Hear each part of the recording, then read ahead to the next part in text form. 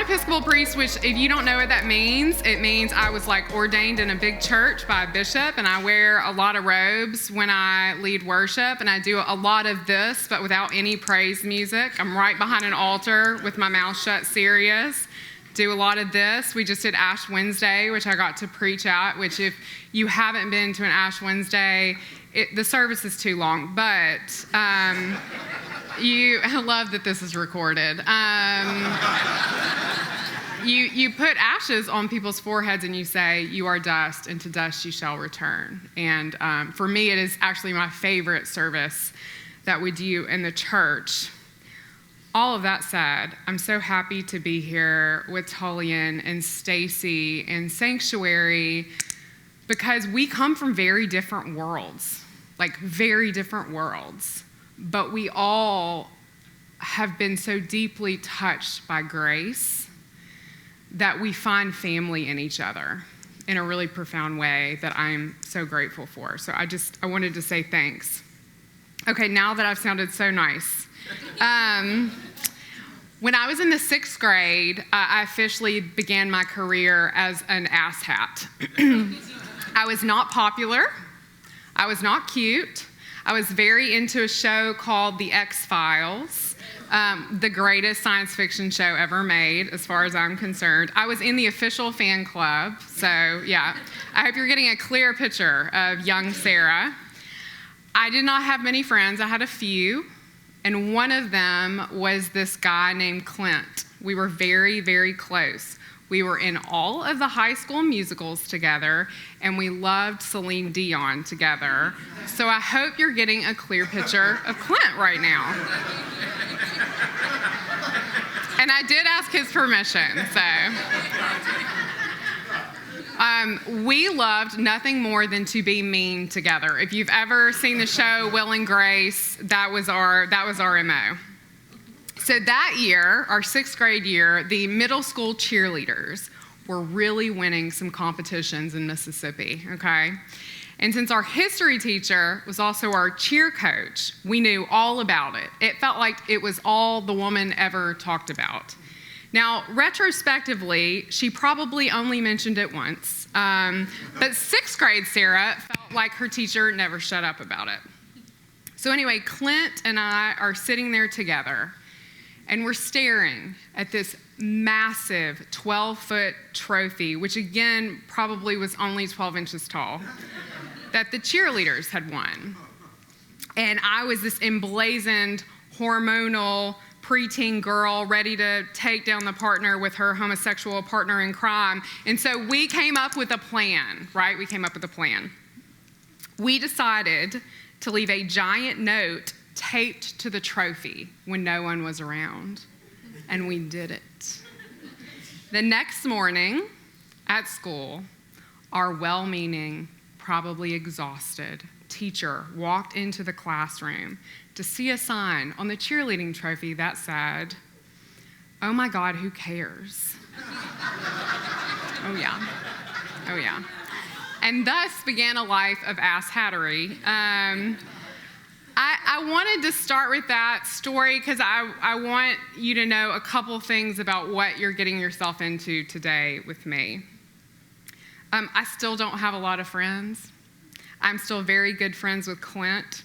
He has been with me in the most devastating moments of my life and brings me such joy. And while I wish we were appalled by our behavior as 6th graders, we tell each other this story every time we see each other. Today, I'm going to talk about the worst thing that's ever happened to me. And the last thing I want to do is to come across to you as some sort of virtuous Proverbs lady, because that would not be true about me.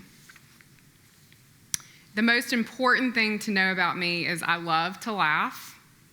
I love humor.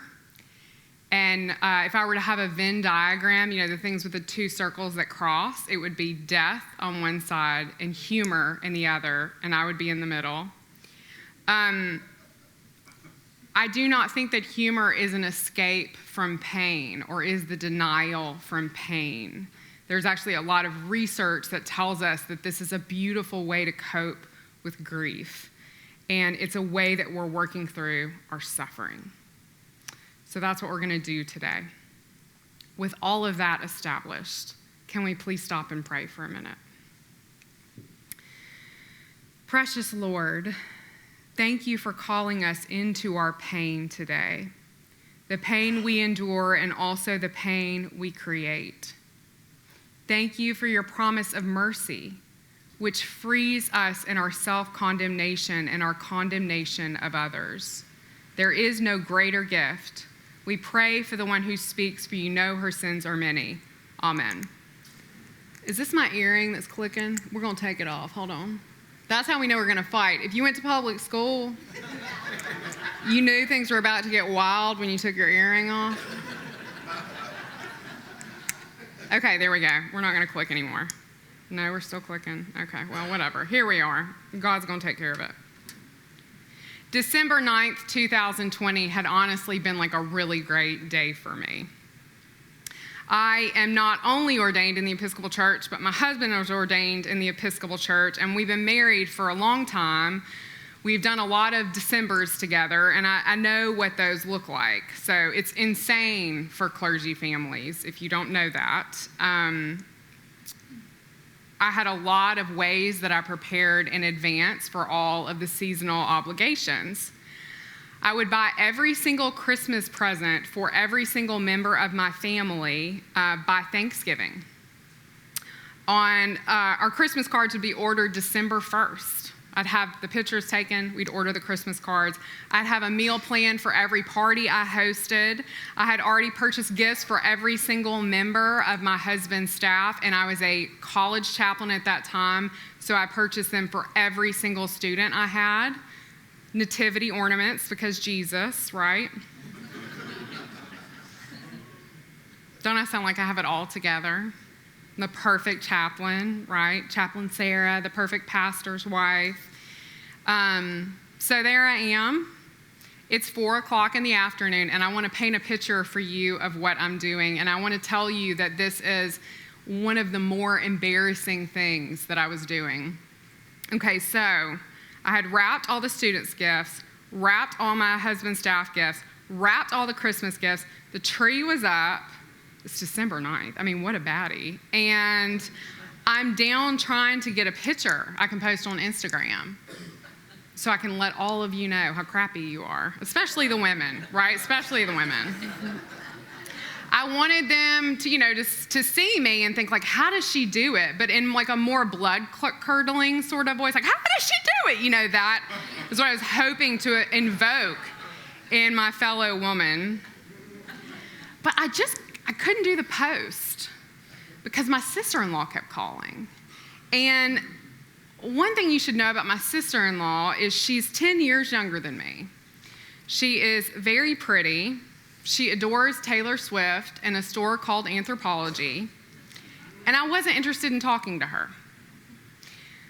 But she just kept calling. Every time I was trying to type out something great, she just kept calling. I thought, oh my God, okay, I'll answer the phone. What does she want? So the first thing I heard in the background was my brother screaming. My brother's a big guy, so he can be very loud. And he was screaming. If you know the term they use in Ireland, he was keening. And he just kept saying, no, no, oh my God, no, over the phone, in the background. Like I could hardly hear what my sister-in-law was saying. And my precious, sweet sister-in-law says to me, Sarah, there has been a car accident, and they think it's your parents' bodies. I remember thinking, there's no way. This is a mistake. Somebody else looks like my parents. Like all these crazy, crazy, crazy thoughts. It's hard for me to explain what the next few hours were like. I was alone in the house. The kids were on a play date, thank God. I remember walking to the stairs in our house and sitting down and thinking, I can't breathe and I have to get outside. I can't breathe and I have to get outside. And then I got outside, and what you should know is we lived in a house the church owned. The Episcopal Church calls it a rectory. We lived in a rectory, and it was in a very fancy white people neighborhood, okay, where you had to be on your best behavior. And I was not. And I walked out in the front yard, and I fell onto all fours in my front yard, And the neighbor kid was standing right here, and she was a college student. She was home from college. And again, these are the kind of neighbors we don't talk to our neighbors at all. So, like, she didn't know me. And I raised up my hand, and I said, my parents, like, I'm on for it. My parents just died in a car accident. And she goes, oh, I'm so sorry. And I was like, no, just now. I think they just died in a car accident, and I need you to call my husband because he's on a walk, and I need you to get him here right now. We never talked again. Isn't that hilarious? Like, after that, we're like, let's never speak of that. The next few days were as chaotic and jarring as you might imagine. I wasn't even sad yet. I was just in this state of constant disbelief, bewilderment. I don't know if there's a bigger word than bewilderment, but that's what I was.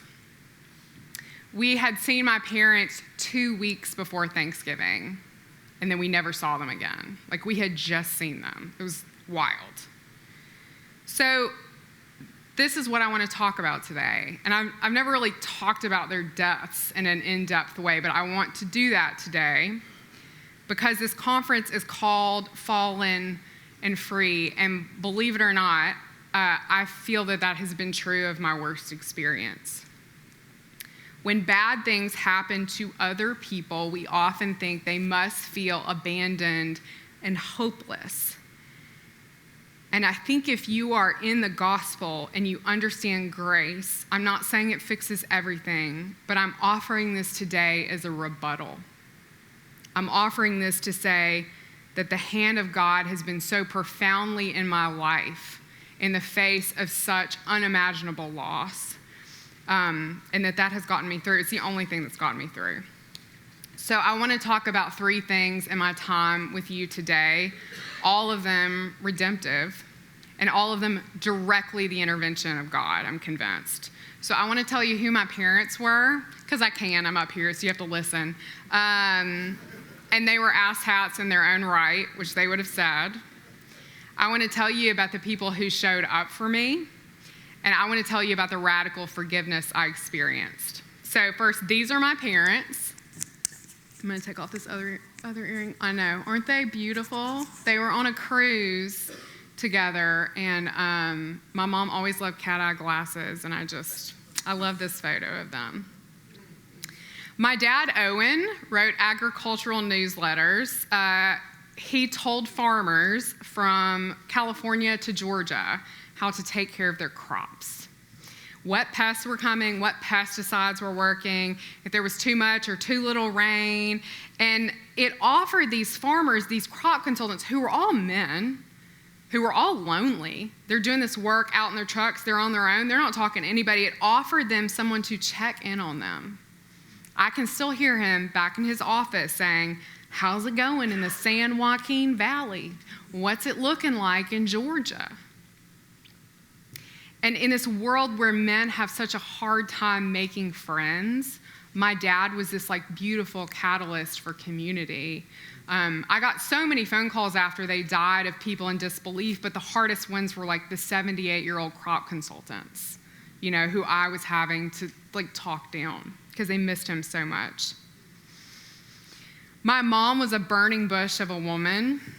I don't know where I get it from. She was an agricultural photographer, so really I was raised by 2 artists in a lot of ways. She was obsessed with documenting the changing rural South. She was obsessed with it. She had a whole series about Jewish storefronts in the rural South that were disappearing. I mean, just incredible work. She was actually planning on doing an entire series on African-American farm life in Georgia.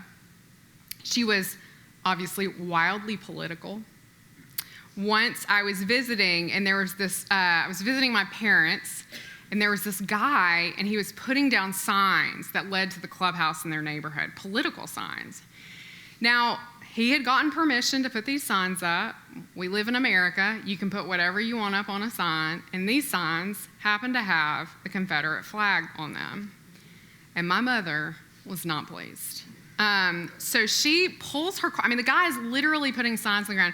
My mother pulls her carver and starts pulling the signs up as he's putting them down in the ground in front of him and throwing them in the back of her car. And the guy starts yelling at my mom that it's his right to be able to put these signs up. And I was like, yeah, I mean, it kind of is. And my mom yelled back at him, not in my backyard, asshole. And I was like, well, this is going great, Mom.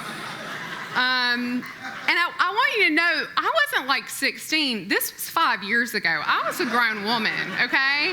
And she's yelling at me, get out of the car and start pulling signs. And I'm like, I don't want to go to jail in Mississippi. Like, I have 2 kids.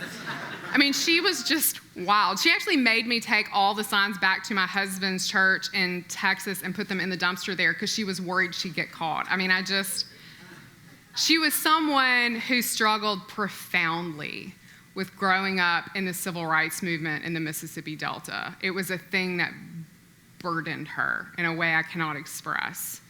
And she would do all she could to repent. And I pray that alongside her passion for that, which was so beautiful, that she also gave herself some grace for having been raised as a certain person in a certain place and in a certain time. I asked Tullian if I could tell y'all this next part, and he said yes. So if you don't like it, then you can have a conversation with him. I'm honestly not expecting you to ask me to come back, so I'm going to leave it all on the dance floor, as they say. We found a lot of stuff when my parents died. I mean, you can imagine, both self-employed, essentially a 6-bedroom house with their offices. I mean, it was just crazy. A lot of sad stuff. Both of them had incredibly tragic childhoods. It was hard to see them have a tragic death. I have the telegram that was sent when my mother's brother drowned in the service. I have a suicide note from one of my grandfathers. I actually just got rid of the gun recently. It really was and is sorting through tragedy that my husband and I talk in family systems. We're not the main planets, but we're a part of the constellation, right? And how do you cope with that? How do you see through that? We also found really fun stuff. You know, the Bed Bath & Beyond coupons, which, as the young people say, rip Bed Bath & Beyond, RIP, because it's not coming back. But my mom had like 1 million Bed Bath & Beyond coupons. I found every email I sent my mom in college. She had printed them all out and put them in a binder. And yes, I lost my virginity in college. And yes, I emailed my mom about it. So I was like, oh my God, why did you save this?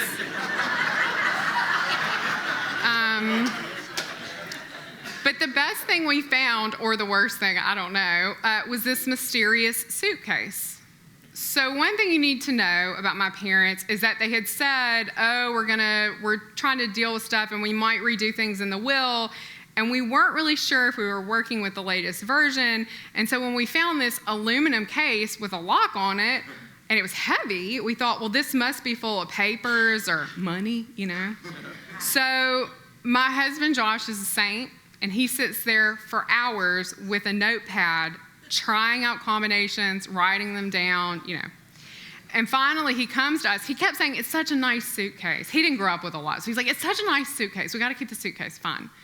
He finally comes to us and he says, we're going to have to get a crowbar out with this suitcase. Okay. So there we are, my husband, my mom's best friend, me, and the suitcase. Thank God my children were not in the room. He pries it open, opens it up, and it's just full of sex toys.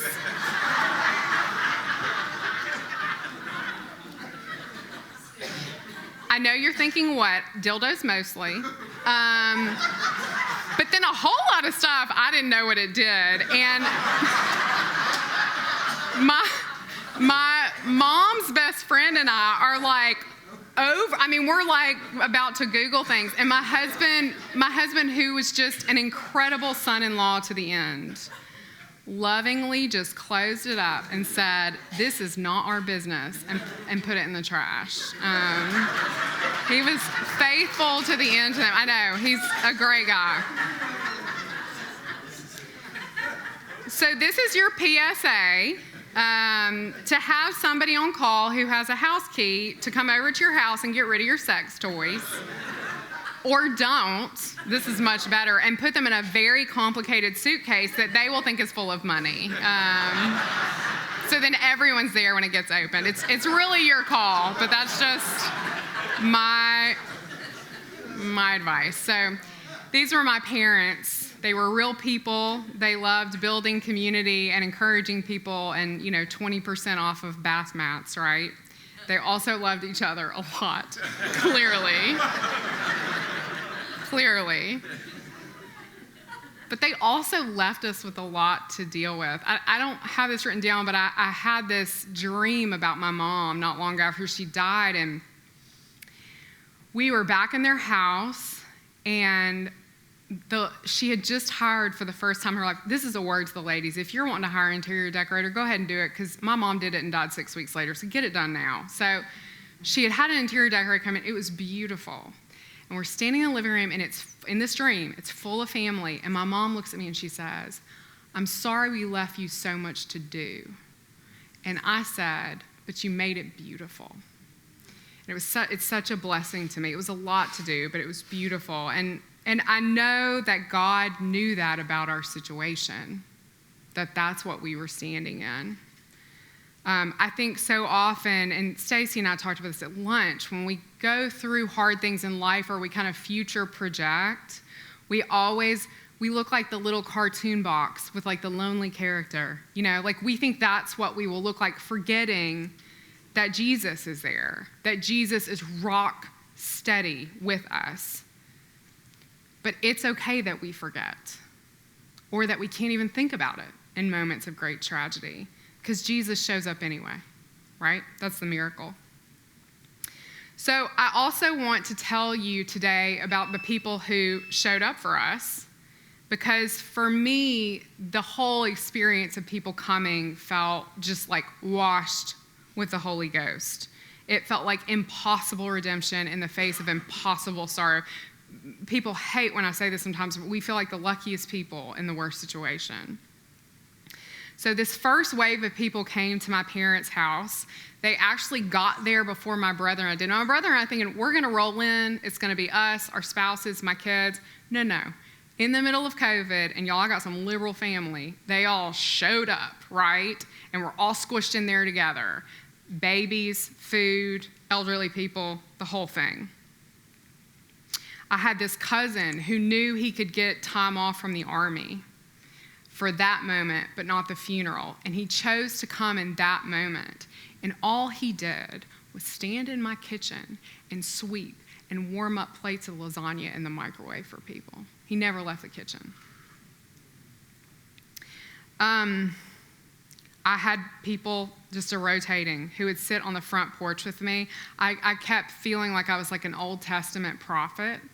I had on this like long white cotton nightgown and a monogram robe my mom had just bought me for my birthday. And I sat on the front porch and didn't shower for a week. And people would just come and sit with me and cry and come and sit with me and cry.